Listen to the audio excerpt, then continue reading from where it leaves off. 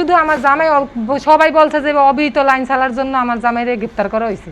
তাহলে যত ফুটপাত আছে সব জায়গায় তো এগুলা বিচ্ছিন্ন করার দরকার ছিল। শুধু খালি আমার জামাইয়ের দোকানটাই দেখছে। আর তাছাড়া এই যে যত ঢাকা শহরে যত অটো রিক্সারা চার্জ দিতেছে এগুলো কি অবৈধ লাইন না? সেগুলো তো তবে না। শুধু আমার জামাই এনে 100 টাকা ভাত বিক্রি করে কত গরিব মানুষ অসহায় মানুষের ডেলি 110-20 মানুষজন 110-20 জন মানুষের ফ্রি খাওয়াইতো। তাইলে হেটা সহ্য হইল না, এজন্য ওরা অবৈধ লাইন করে কাটতে দিল। ওনারা তখন তো এই এত গরিব দুঃখী মানুষ এখন কই যাইব? আমার হোটেলটা মানে মেন কথা, আমার হোটেলটা এখান থেকে উড়িয়ে দেওয়ানোর জন্যই ওরা এই প্ল্যানটা করছে। আমার স্বামী পানির বোতল পানি মেলার কারণে আমার স্বামীর 15 দিনকার জেল দিল।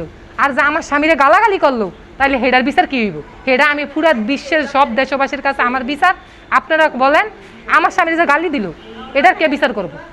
এটার বিচার আমরা দেশবাসী সবার কাছে আমার রইল, আপনারা এটার বিচার করেন। আমার জামাই 100 টাকা গরুর ভাত মাংস দিয়া গরুর ভাত আনলিমিটেড বিক্রি করতো, অসহায় মানুষ খাইতো। যদি আমার জামাইয়ের ক্ষমা মানে অন্যায় থাকে তাইলে আমার জামাইরে কি একবার এতগুলো মানুষের মুখের দিকে তাকায় কি একবার আমার স্বামীরে ক্ষমা করে দেওয়া যাইতো না?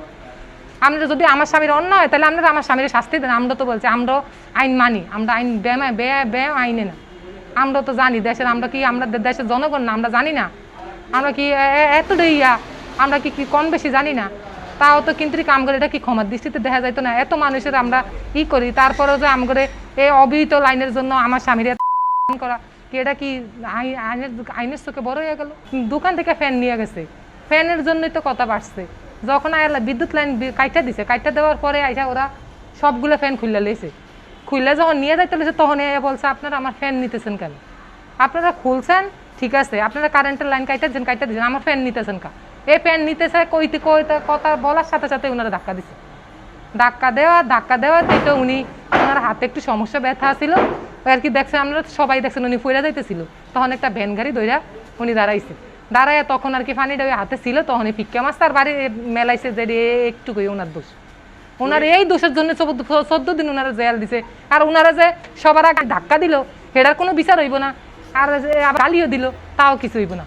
হ্যাঁ, অবৈধ কারণ আমার জামাই আমরা প্রতিদিন 100 টাকা করে দেওয়া হয়েছে। যা যে কারেন্টটা যে দিছে হেরেসানা জিজ্ঞাসা করতো বিলে আপনারা এনে যদি যখন আসছে আইসা তো এনে সুন্দর করে জিজ্ঞাসা করার দরকার ছিল। যেন এতগুলো মানুষ এন ভাত খাইতে বইছে। এই লাইনে যে সরকার অভিযান দিছে, যা কাইটটা দিছে ঠিক আছে, কাইটটা দেয় মানে কারেন্টটা দিল কারা? আর আমার জামাইরে ওই মাঝখান থেকে নিয়ে গেল। তার কারেন্ট যারা নিচে তা করে বিশ্রাইব না, যেন কারেন্টটা এখানে আমরা করে দিল কে? অবৈধ কারেন্ট যারা দিছে তাদেরকে না ধরে ধরছে। অবৈধ দিল কারা? আবার আমরা প্রতিদিন 100 টাকা বিলও দিছি। তাহলে আমার টাকা গেল, আমার মান সম্মান লেট আনাটা নেই। তাহলে এটি কোন ধরনের সভা?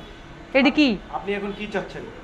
আমি কি চাবো? আইন সবার কাছে, আইন তো সবার জন্যই সমান। শুধু খালি সাধারণ মানুষের লেগে আইন যদি সুন্দর কথা ছিল, যদি ওনারা আসছে যখন আমার জামাই গিয়ে বললো যে মিজান ভাই আমার ফ্যান নিতেছেন, ওরা যদি মানুষের গরিবের রক্ষক হইতো তাইলে ওনারা সবার আগে বলতো যে মিজান ভাই এনে কথা বাড়ায় না, ম্যাজিস্ট্রেট আছে।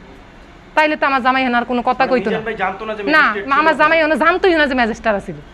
তাহলে যদি বলতো যে মিজান ভাই এনে কথা বাড়ায়েন না, আমরা এগুলো নিয়ে যাইতেছি, নিয়ে আপনি এনে কথা বাড়ায়েন না, এনে ম্যাজিস্ট্রেট আছে, তাইলে তো আমার জামাই এনার কোনো কিছুই হইতো না।